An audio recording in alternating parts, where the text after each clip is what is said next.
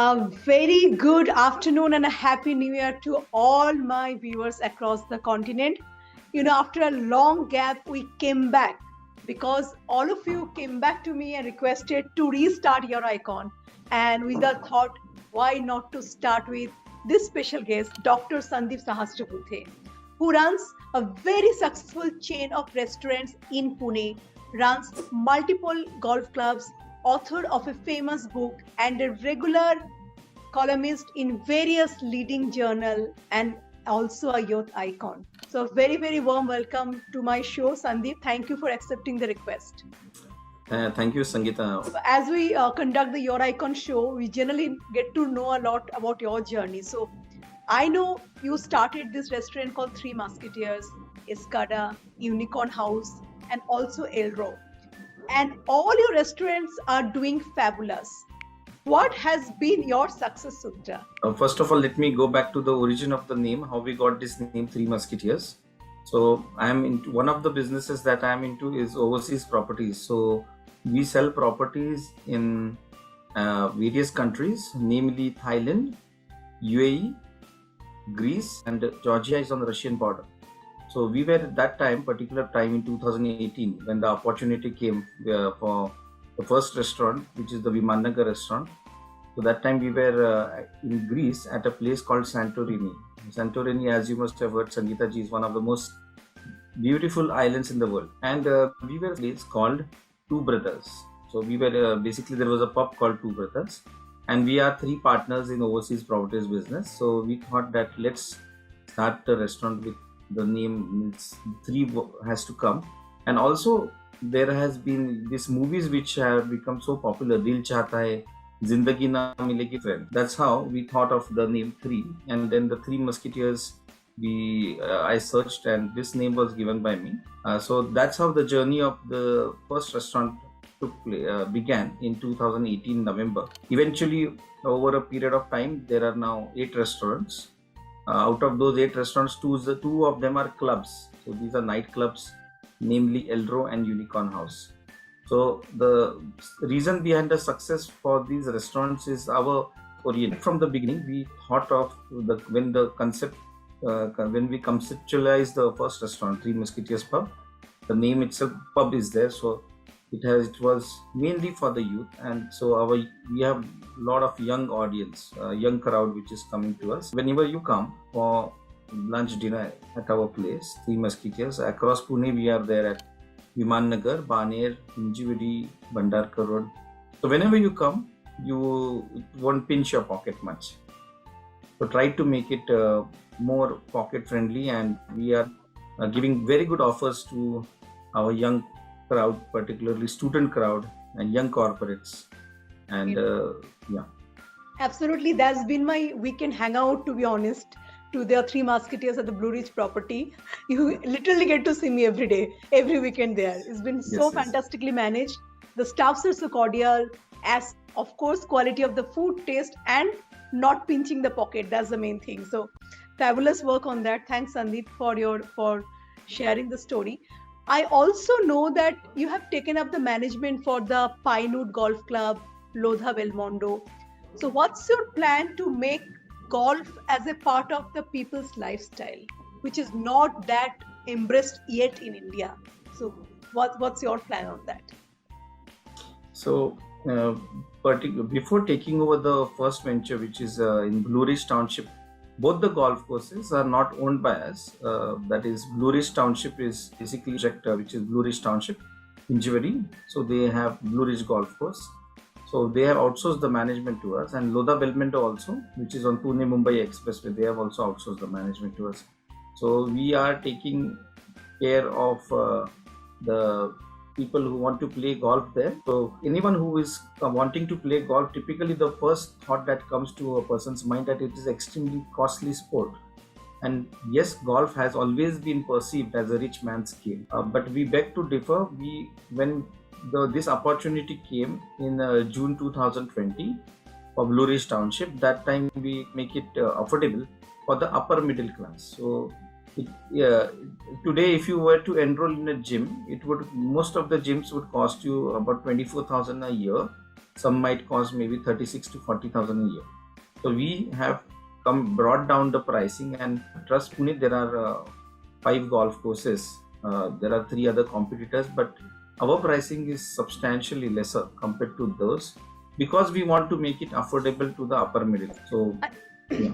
I quite like the way you're challenging status quo by making pocket-friendly restaurants, making affordability of the golf associate aura which is there in people's mind. You're breaking those stereotyping.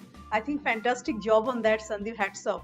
Really, because I think golf is always associated with the rich man's sports. I think if you can break that niche and make it affordable, I think it has a lot more potential. And congratulations, I think fabulous work. As of now, Pune, there are hardly 2,500 golfers. So if we were to compare the statistics with other sports, like for example, if we compare to cricket, we are maybe just hardly 2% of cricket players in the city. This particular sport has, though it is a challenging sport, generally people think it is an old man's game, but this particular game is, there are 2-3 features I would like to mention about golf. First, this is the only sport across the world where you get a different feeling at different golf courses in terms of the ponds, the placement of the bunkers, the greenery is different for every golf course across the world. So otherwise, if you were to play in, let's say, if you want to play lawn tennis, so for tennis, actually the dimensions of the court will remain the same. Here, every golf course will have different yardage in terms of the area. For example, Blue Ridge Township is 28 acres. If you look at, let's say, Lodha, it is 45 acres. So also the size varies from course to course. And both our golf courses are beginner-oriented golf courses. So amateurs, instead of directly going bigger golf courses, you can take at a much lesser pricing. You can learn golf for 1 or 2 years at our academies. That's why the name is Pine Woods Golf Club and Academy. And this word which has come up, Pine Woods, because there are pine trees which are there at Blue Ridge Township. That's why we came with this name, Pine Woods. Interesting. So, I got to know today. Okay. Just to add, so golf, as I mentioned about the first peculiar feature, that the area varies across the world. In every golf course has different topography and different area which it covers, and it is one of the rare sports which can be played from age 4 to age 80. Absolutely. And in other sports where fitness is a major challenge by 35, particularly, or max to max by 40, you will have to give up that sport because you won't be able to play competitive sport, that particular sport. For example, Roger Federer recently retired. Iconic moment. He's literally dominated tennis for 20-25 years. But he also realized that somewhere he needs to retire. But golf, you can continue playing till the age of 80. And a lot of walking happens when you play golf. If you choose not to have a golf cart, you can walk. So again, that's when, from health perspective, are very important. For if you want to be in the best of health, either you need to see water right from your apartment or a bungalow. If you see water, it's a very peaceful feeling. And similar, when you are walking in the greens on lawn, it's also a wonderful feeling, especially early morning. Absolutely. And I think the wrong notion associated about the old man sports, I think the kind of strength you require to swing it is not easy. So I think it's not old man, because people could afford at a certain age, and that conviction came from generations. I think this is a beautiful sport and really fabulous. I've been to your golf course. I think this is really well maintained, and definitely who wants to try it out, reach out to Sandeep or Pinewood Golf Club. You have amazing offers going on there as well. My next question to you, 21 years in wealth management. 12 years in teaching in various management institutes across the country, managing golf club across various locations, running restaurant business. How do you manage so many things so amicably? As the saying goes, and I heard growing up years, that you need to focus, but you seem to be firing literally all the cylinders together. So what is the secret sauce of juggling multiple hats and still managing to succeed everywhere. So this is what you are referring to, Sangeeta ji, is multitasking, and multitasking is really challenging because you are generally focused on one profession or one particular line of activity, one business, and to maintain efficiency is not easy. So for that, I think that is I'm blessed with good employees and good managers or good CEOs. So the people who are right the stage of identifying the correct people to run the show for us, or who would help us in running the show actually, with lot of dedication and honesty. So we are got good leaders in our management, and so lot of time goes in coordinating with them, but otherwise they are doing a fabulous job, doing a good job. It's always, I think, the teamwork what makes all the difference, and definitely nurturing the leadership role, which nurtured a very strong team where the ethos of the company gets really inbuilt in the system, and that's, I think, you have done it brilliantly. Hats off on that, Sandeep ji. Thank you. Now, and one more please go point ahead. is, I am the biggest advantage that my staff has is I'm very much reachable on phone. So typically from morning 7 to night 1 o'clock, 2 o'clock, I'm reachable. So it becomes easy for them. So whatever, and we believe in fast work, fast execution. Whatever decision making, some decisions have gone wrong. % of them have been right because we don't linger our decisions. Whatever comes in same day or max to max next day, we will be taking a call. Absolutely. I think spontaneity makes a lot of difference in your kind of business where more of a B2C. My next question, Sandeep ji, tell a little bit about your authored book on demystifying asset classes. What has stood out and how it can impact general public, and what's your motivation to write that book? So since about after working for 10 years in corporates, I worked with 3 banks, namely IDBI Bank, HDFC, also worked with ICICI Prudential Life Insurance. So when I started my own professional practice as a practicing certified financial planner in the year 2010, I started simultaneously. I started teaching also in various BBA and MBA institutes. And during my course of stint of teaching, this subject that I was teaching, it was called Security Analysis Portfolio Management. Also another name to that one was Financial Planning and Wealth Management. So students used to there were 5 to 6 books that students were told to refer to. And the language which was particularly used in those books was quite cumbersome and difficult for a common man to understand, particularly even young graduates. So I thought, why not write a book? And the time I was not getting time to write this book, but pandemic March 2020, and then all of us were forced to operate from our particular residence. So at that particular time, I realized that I should start writing the book. So it took a lot of time to complete my book. I got it published in August 2021, and it's one of the most beautiful journeys of my life regarding writing that book, because I have personally read it so many times. I did not want to have a single spelling mistake in any of the chapters, and I also got the entire book edited twice, because I wanted to make it as well. At the same time, I wanted to maintain a certain higher level skill set of the English. So it has to be easy to grasp. At the same time, it should sound classic. So that's how it happened. And the book has been very well received. Also, the Kindle version has been well received. Absolutely. In fact, you gifted that book to me, and my father-in-law is a voracious reader, and he read books across various financial spectrum, and he himself complimented that this clarified all my doubts about finances, wealth management journey. So hats off. I know a compliment from him is really done fabulous. I myself have glanced through it. It's very, very detailed, and I think anybody can grab a copy of it. I'm sure all your questions regarding this will be sorted. Now, also wanted to understand, Sandeep ji, I know you actually do some investment related work on the overseas property across Thailand, Portugal, and various other area, if I can recollect it well. Can you give a little light on that, what exactly you do and how people can get benefited? So this is a very particularly niche area, overseas properties business, overseas properties as such. So we have, India as a government has dual taxation, double taxation, several countries, and we are from those we have picked 4 countries, 5 countries particularly. So where the taxation is friendly from the investor's perspective, and the rental yield is particularly very high. So in India, at the moment, if you were to purchase a residential property or tier 1 and tier 2 cities, the rental yield is not more than 3%. To add to that, we also have to pay property tax. So what is left in your hand is not more than 2.5% in terms of rental income. But property, despite the poor rental yield, number one asset class for people. Why? Because it gives us feeling of safety.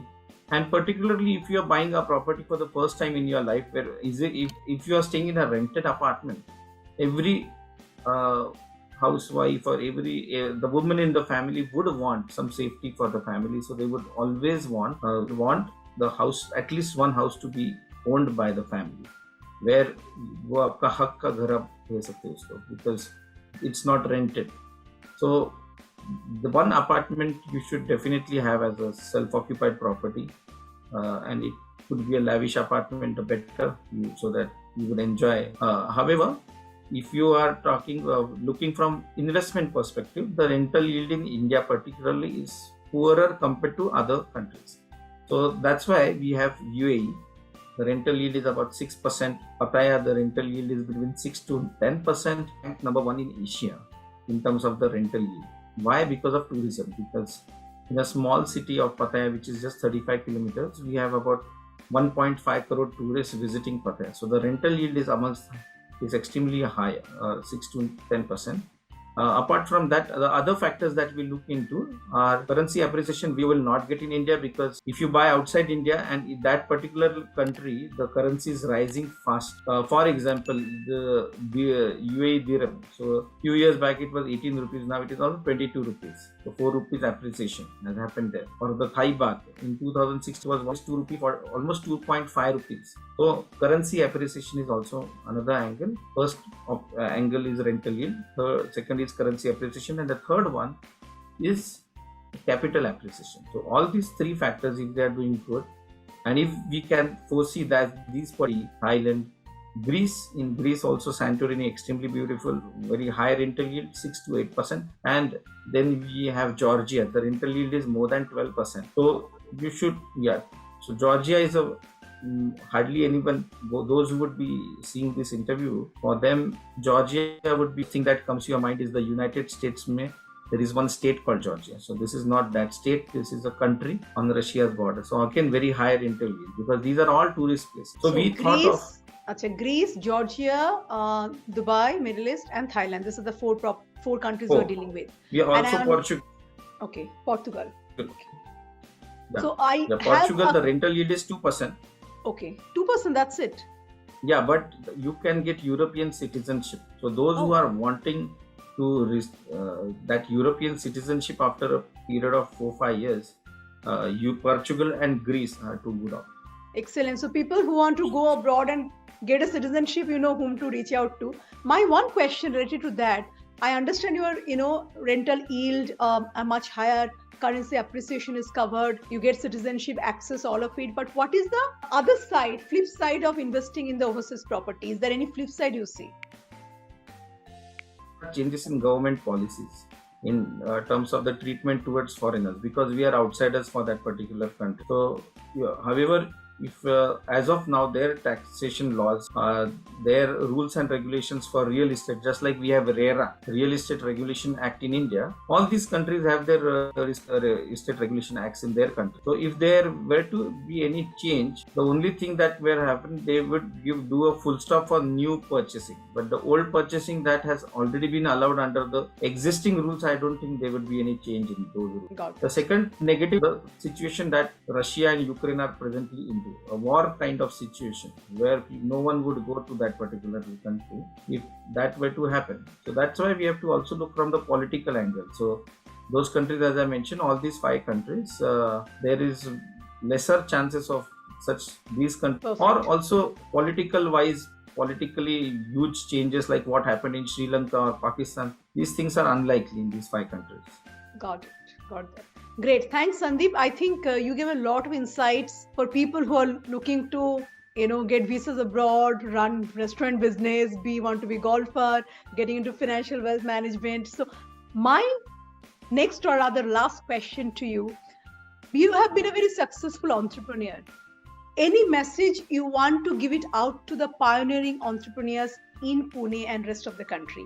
What is that they need to have to really, because it is not a road easily trodden. It's difficult to give away your corporate job and start something on your own. So what's your message for the budding entrepreneurs? First of all, age is one very important factor. So I would encourage those before the age of 40 to jump into and at least have 1 year of salaried income set aside before you venture into entrepreneurship, because it's a tough journey, as you rightly mentioned, Sangeeta ji. And if you are in a situation where you are able to generate 4x, 5x the revenue, for example, if an entrepreneur is, let's say, 50 lakh per annum into senior management, is yielding, is able to generate 2.5 crore, 3 crore income for that organization, why not start on your own? So when I, giving my personal example, in 2010, I left my steady job with Axis Bank and ventured into, already at that particular age, I was earning a decent income. But for example, against a salary of about, let's say, 8 lakh rupees, I was generating about 30 lakh plus income for the organization. So I thought, why not start on my own? I might be able to generate 16 for myself, if not 4-5 times. So, and luckily that happened. So if you are willing to work for longer hours particularly and sacrifice all those holidays which you would even otherwise have got as a employee of a particular organization, then entrepreneurship is very much for you to do, because you would be your career path, you would be progressing at a much faster pace compared to your colleagues, because you are ready to work harder and longer hours, and also you are willing to take more risks than them. Absolutely. I just come back to that point. Everybody should start at 40, and I started my journey of entrepreneurship with 40. It's been last 2 years have been the most rewarding time for me, to be honest. So though it's not easy, but trust me that dedication, passion, persistence takes over every hurdle in life. So thank you so much. It was amazing hosting you, and thanks for all the valuable inputs. And if anybody has any question, I'm sure our team will get back to your team to reach out. So feel free to put your questions, comments in our channel so that we can actually come back with all the queries sorted. Thank you, Sandeep ji. Thank you. Thank you, ma'am, for having me here. Yeah. My pleasure. It was amazing chatting with you, and good luck. Take care. Bye-bye. Following your channel, your icon, and it's I've been through your earlier interviews also. They're really very nicely crafted. Thank you so much, Sandeep ji. I actually always want to bring out to people those success stories which they always get inspired, but they think, whether can I? And that the channel started that, yes, everybody is capable, and these stories do make a lot of difference. So thank you for featuring on my channel. It was really lovely hosting you. Thank you.